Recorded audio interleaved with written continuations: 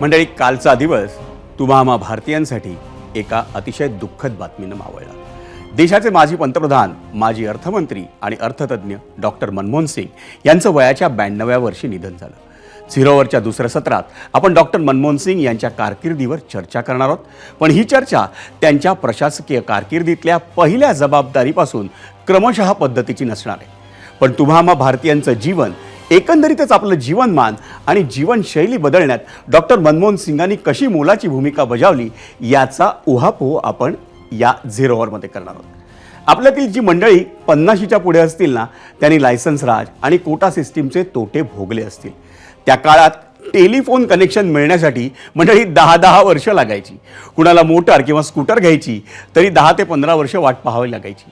एवढंच काय तर सिमेंटची निर्मिती कधी होणार, टी व्ही किती बनणार हेही त्या काळात सरकार ठरवायचं आणि त्यामुळं सर्वच गोष्टींची कायमस्वरूपी टंचाई असायची. म्हणजे उत्पादक विकायला तयार, ग्राहक विकत घ्यायला तयार, मध्ये मात्र सरकारचा अडथळा, अशी परिस्थिती होती. स्वातंत्र्यानंतर भारतानं अवलंबलेल्या समाजवादी अर्थव्यवस्थेचा तो परिणाम होता. 1990 सालच्या शेवटी मात्र देशाची परिस्थिती इतकी बिकट झाली की आपल्याला तब्बल 20 टन सोनं हे इंग्लंडमध्ये गहाण ठेवावं लागलं. 1991मध्ये नवं सरकार आलं आणि तेव्हाच्या पंतप्रधान आणि अर्थमंत्री या जोडगोळीनं देशाला वाचवलं. ती जोडगोळी म्हणजे नरसिंहराव आणि डॉक्टर मनमोहन सिंग. त्या दोघांनी अर्थव्यवस्थेत आमूलाग्र बदल केले. त्यांनीच भारतीय अर्थव्यवस्थेचं उदारीकरण, खाजगीकरण आणि जागतिकीकरणही केलं. त्यामुळे परदेशी गुंतवणुकीचा ओघ सुरू झाला. देशात लाखो करोडो नोकऱ्या निर्माण झाल्या.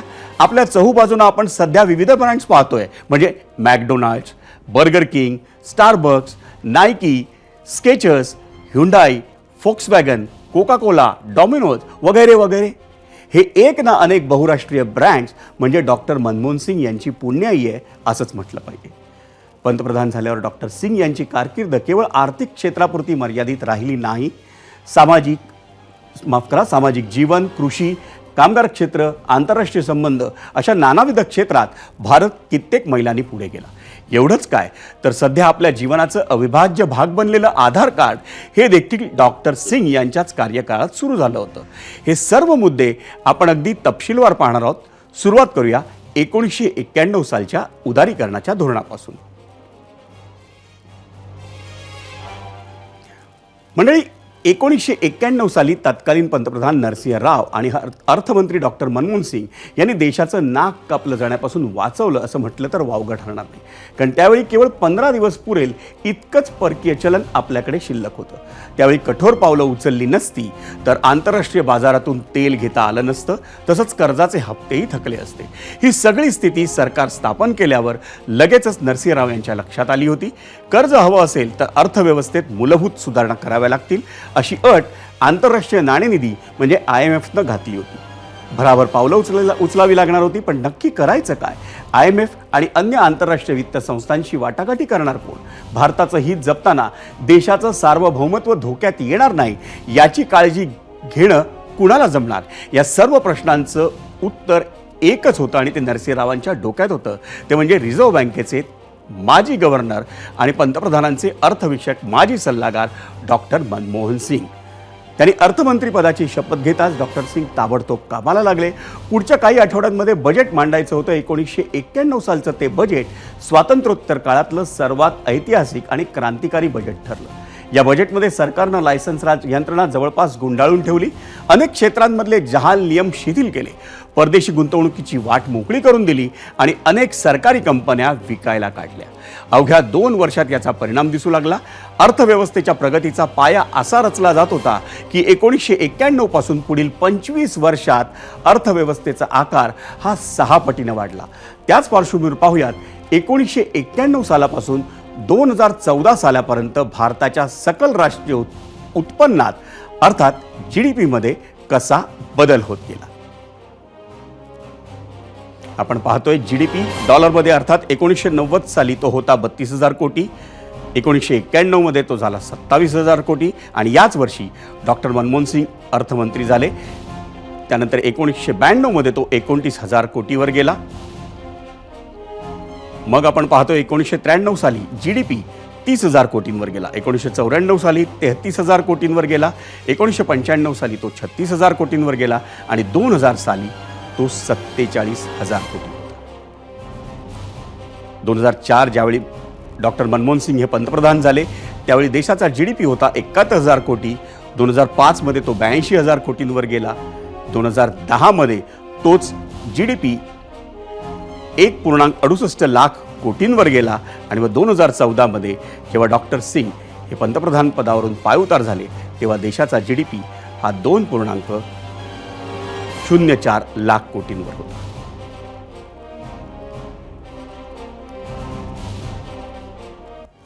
मंडळी, 2004 सालच्या एप्रिल मे मध्ये लोकसभा निवडणुका झाल्या आणि तत्कालीन पंतप्रधान अटल बिहारी वाजपेयींचा धक्कादायक पराभव झाला.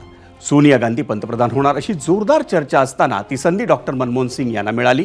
काँग्रेस पक्ष हा गेल्या अनेक दशकांपासून समाजवादी विचारसरणीचा, काही लोक त्याला मध्याच्या डावीकडचे असंही म्हणतात. डॉक्टर मनमोहन सिंग यांची प्रशासकीय कारकीर्दही याच विचारसरणीचा बोलबाला असणाऱ्या काळात सुरू झाली होती. पण पंतप्रधान बनल्यावर डॉक्टर सिंग यांनी आपली किंवा आपल्या पक्षाची विचारसरणी सामान्यांच्या हिताआड येऊ दिली नाही. 1991 साली त्यांनी अर्थव्यवस्थेत जे बदल केले होते आणि त्यामध्ये पुढे अटल बिहारी वाजपेयींनी भर घातली होती त्या बदलांचा सिलसिला डॉक्टर सिंग यांनी सुरू ठेवला. भारत अधिकाधिक उद्योगस्नेही आणि गुंतवणूकस्नेही होत गेला.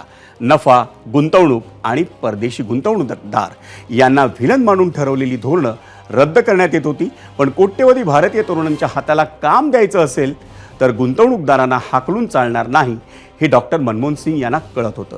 परिणामी 2004 सालापासून देशाचा GDP वाढत राहिला, मध्यमवर्ग वाढत गेला आणि अधिकाधिक ब्रँड्स भारतात आले.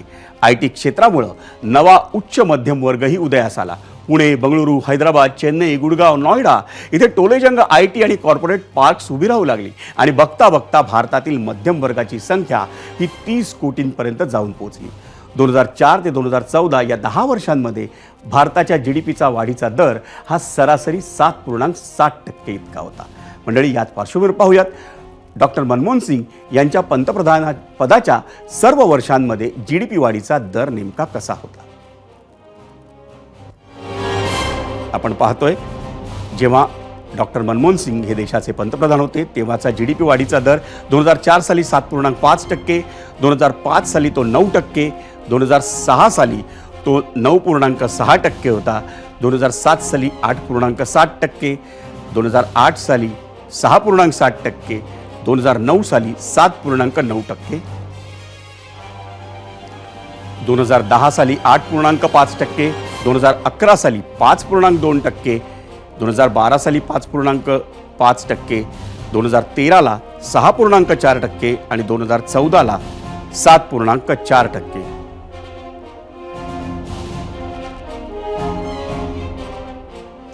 मनमोहन सिंग यांची आणखी एक किमया, मनमोहन सिंग यांच्या कारकिर्दीच्या म्हणजे पंतप्रधान पदाच्या कारकिर्दीच्या त्यांच्या दुसऱ्या कार्यकाळात आधार कार्डाची योजना त्यांनीच आणली. त्यामुळे भारतीयांचं जीवन अधिक सुकर बनलं. त्याआधी अनेक ठिकाणी रेशन कार्ड ग्राह्य मानलं जायचं, पण काही खाजगी आस्थापनं ते स्वीकारायची नाहीत.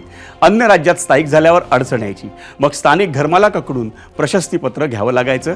आधार कार्डामुळे ही सारी कटकट संपली आहे. एक देश एक कार्ड या संकल्पनेतून आधारचा जन्म झाला होता आणि ही योजना विना अडथळा राबवली जावी यासाठी डॉक्टर सिंग यांनी इन्फोसिसचे सहसंस्थापक नंदन निलेकणी यांची निवड केली. आधार प्राधिकरणाची सगळी सूत्र निलेकणी यांच्याकडे सोपवण्यात आली आणि प्रशासकीय यंत्रणेकडून आडकाठी होऊ नये म्हणून त्यांच्या पदाला कॅबिनेट दर्जा देण्यात आला. भाजप तेव्हा विरोधात होता, पण सत्तेत आल्यावर पंतप्रधान मोदींनी आधार योजनेचा केवळ पुरस्कारच केला नाही तर त्यासाठी निधीही वाढवून दिला. मोदी सरकारच्या अनेक कल्याणकारी योजनांच्या वितरणात आधार कार्डच कामी आलं आणि अजूनही येतंय. या योजनेबद्दल अधिक माहिती पाहूयात आपण ग्राफिक्समधून. डॉक्टर सिंग यांचा भारताला आधार कार्डासाठी डॉक्टर सिंग यांच्या सरकारनं नंदन निलेकणी यांच्या नेतृत्वाखाली स्वतंत्र प्राधिकरण स्थापन केलं. 29 सप्टेंबर 2010 रोजी पहिला आधार क्रमांक नंदुरबारमध्ये वितरित करण्यात आला. सप्टेंबर 2010 ते सप्टेंबर 2023 पर्यंत 139 आधार क्रमांक निर्गमित करण्यात आलेत. ओळख, वय आणि निवासस्थान या तिन्ही बाबींचा पुरावा या एकाच कागदपत्रात आहे. रेशन कार्ड, मतदान कार्ड, वाहन परवाना, पासपोर्ट सारखी कागदपत्र जवळ बाळगण्याची गरज या आधार कार्डामुळे संपलेली आहे। सर्व सरकारी योजना, अर्ज भरतीसाठी आधार हे ग्राह्य मानलं जातं। थेट लाभ हस्तांतरण प्रक्रियेतील भ्रष्टाचार, चोरी, दलाली ही आधारमुळे संपुष्टात आली। लाडकी बहीण सारख्या योजना राबवण्यातही आधारची मोठी मदत झाली आहे, हे विसरता येणार नाही।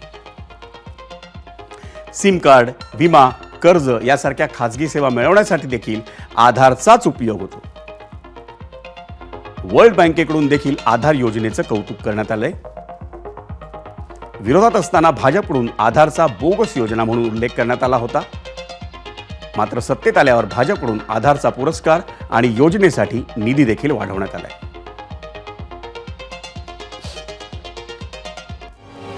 मंडळी, डॉक्टर सिंग यांची कारकीर्द आणखी एका अतिशय मोठ्या कारणामुळे ऐतिहासिक ठरते आणि ते कारण म्हणजे त्यांनी सर्वसामान्यांसाठी बनवलेले कायदे।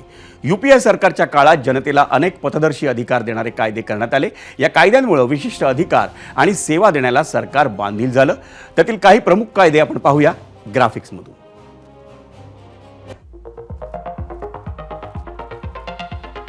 यूपीएच्या सरकारचे महत्त्वाचे कायदे: राष्ट्रीय ग्रामीण आरोग्य अभियान, वन अधिकार कायदा, भूसंपादन कायदा 2013चा,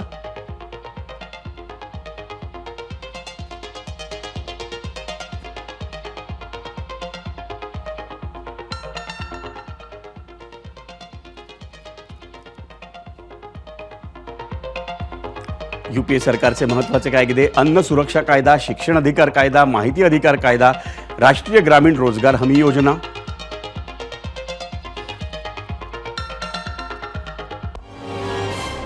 मंडळी, आपण गेल्या काही काळापासून डॉक्टर मनमोहन सिंग यांनी देशाला दिलेल्या देणग्यांविषयी बोलत होतो। एक अर्थमंत्री, एक पंतप्रधान म्हणून मनमोहन सिंग हे मोठे होतेच, पण त्यांनी केम्ब्रिज आणि ऑक्सफर्ड सारख्या विद्यापीठातून उच्च शिक्षणही घेतलेलं होतं। रिझर्व्ह बँकेच्या गव्हर्नर पदाची आणि नियोजन आयोगाच्या उपाध्यक्ष पदाची जबाबदारीही त्यांनी सांभाळली होती। पण उच्च शिक्षित असूनही किंवा मोठमोठी पदं भूषवूनही मनमोहन सिंग यांच्या व्यक्तिमत्वात कोणताही बडेजाव नव्हता। त्यांची राहणी ही अतिशय साधी होती। मंडळी, तुम्हीही मनमोहन सिंगांच्या साधेपणाच्या अनेक गोष्टी आजवर ऐकल्या असतील। अशीच एक गोष्ट तुम्हाला सांगणार आहेत उत्तर प्रदेशच्या योगी सरकारमधले राज्यमंत्री असीम अरुण। भाजप शासित राज्य सरकारमधले एक राज्यमंत्री माजी पंतप्रधान डॉक्टर मनमोहन सिंग यांच्याविषयी बोलणार म्हणून तुम्हाला आश्चर्य वाटलं असेल ना? पण तुम्हाला सांगतो, मनमोहन सिंग यांच्या पंतप्रधान पदाच्या पहिल्या टर्ममध्ये म्हणजे 2004 ते 2007 अशी सलग 3 वर्ष उत्तर प्रदेशचे आजचे राज्यमंत्री असीम अरुण हे पंतप्रधानांच्या विशेष सुरक्षा कवचातील एक अधिकारी होते। ऐकूया त्यांच्याकडूनच मनमोहन सिंगाविषयी। उनकी एक मारुति 800 गाड़ी थी जिसकी चर्चा पहले भी बहुत बार हुई है। जब प्राइम मिनिस्टर बने तो जाहिर बात है उनके साथ गाड़ी भी आ गई और पीएम हाउस में वो गाड़ी पार्क रहती थी। तो उस समय नई नई BMW कार्स एसपी जी ने खरीदनी थी। तो मनमोहन सिंह जी बहुत असहज महसूस करते थे, बोलते कि नहीं मैं इस गाड़ी में नहीं बैठूंगा। तो हम उनको समझाते थे कि सर ये आपके वैभव के लिए, ऐश्वर्य के लिए गाड़ी नहीं है, इसके सिक्योरिटी फीचर्स बहुत अच्छे हैं, इस वजह से हम चाहते हैं आप इस गाड़ी में बैठें। आप देश के प्रधानमंत्री हैं, आपको बहुत खतरा है। तो मान जाते थे इस बात को, लेकिन साथ साथ अपनी मारुति 800 की ओर जरूर देखते थे। म्हणजे राज्यातलं देशातलं राजकीय वातावरण सध्या खूप गढूळ झालंय, पण अवघ्या काही वर्षांपर्यंत संसदेतलं वातावरण हे आदरपूर्वक म्हणजे एकमेकांविषयी आदरपूर्वक आणि एकमेकांविषयी विनयशील असायचं। यूपीए सरकारच्या कार्यकाळात अनेक घोटाळ्यांचे आरोप झाले।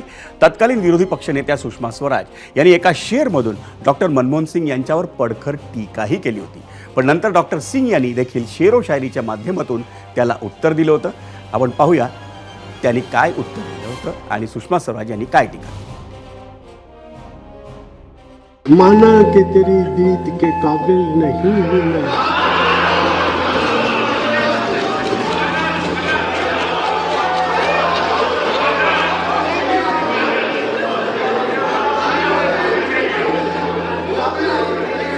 माना कि तेरी दीद के काबिल नहीं हूं मैं, तू मेरा शौक तो देख, मेरा इंतजार तो।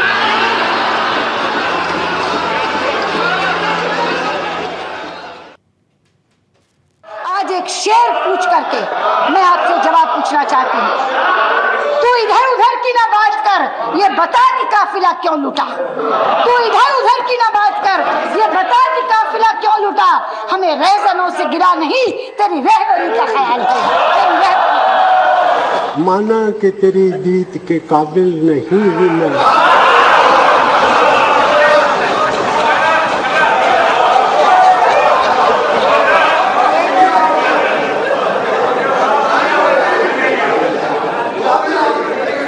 माना कि तेरी दीद के काबिल नहीं हूँ मैं, तू मेरा शौक तो देख, मेरा इंतजार देख।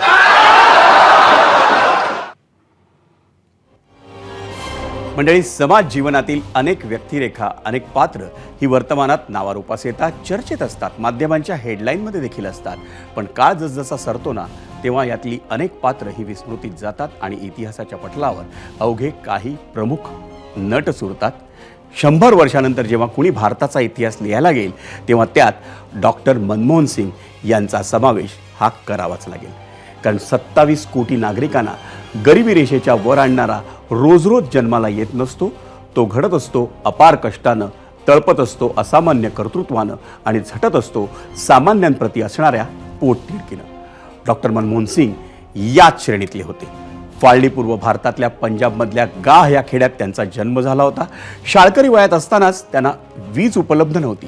रस्त्यावरच्या दिव्याखाली बसून ते अभ्यास करायचे आणि तिथपासून वयाच्या 72व्या वर्षी भारताच्या पंतप्रधानपदी विराजमान होणं ही सोपी गोष्ट नाही मंडळी, आणि योगायोगाची तर अजिबात नाही. UPAच्या दुसऱ्या कार्यकाळात त्यांच्या सरकारवर अनेक आरोप झाले. मनमोहन सिंग यांच्यावर प्रचंड वैयक्तिक टीकाही झाली. कुणी मौन मोहन म्हणून त्यांना हिणवायचं, तर कुणी सायलेंट मोड पंतप्रधान म्हणायचं. डॉक्टर सिंग यांचा तोल कधीही सुटला नाही. पंतप्रधान म्हणून आपल्या शेवटच्या पत्रकार परिषदेत ते एवढंच म्हणाले की माध्यमांच्या तुलनेत इतिहास माझं मूल्यमापन अधिक दयाळूपणे करेल असं मला वाटतं, आणि आज ते गेल्यावर त्यांचे ते शब्द खरे ठरतील असंच वाटतंय.